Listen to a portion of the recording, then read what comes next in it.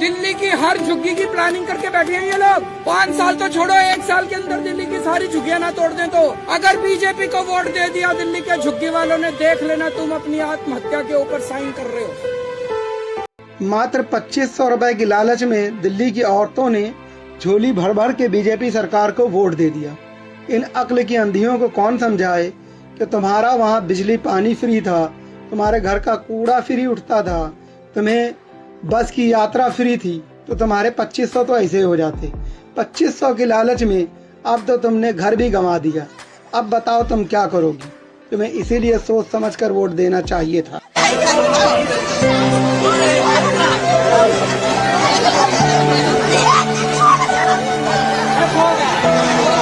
क्या नाम है आपका? हमारा तो कोई नाम ही नहीं है।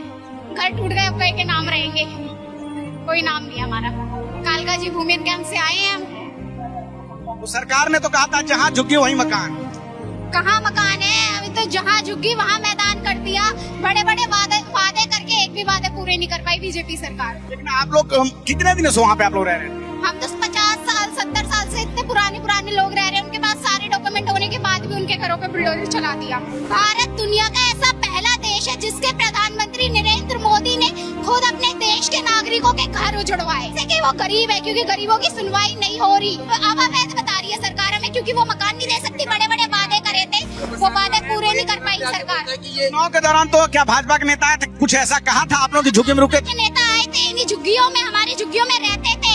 तो झुग्गी वाले बच्चों को अपना बच्चे बनाते थे, यहीं खाते थे, यहीं पीते थे, यहीं रहते थे। और आज हम अवैध दिख रहे हैं भाजपा के नेता को। और आज भाजपा के एक भी नेता नहीं आते, नहीं आ रहे गरीबों की सुनवाई करने के लिए, न खड़े होने। 5 दिन बाद मैंने खाना खाया। हमारे साथ कुछ नहीं है।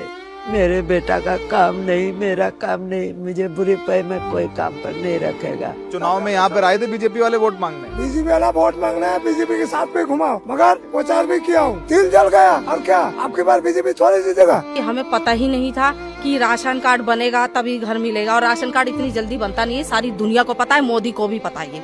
हमारा तो अब कोई नाम ही नहीं बचा। हमारे तो सब डॉक्यूमेंट इसी में दब गए। अब क्या नाम रहेगा हमारा?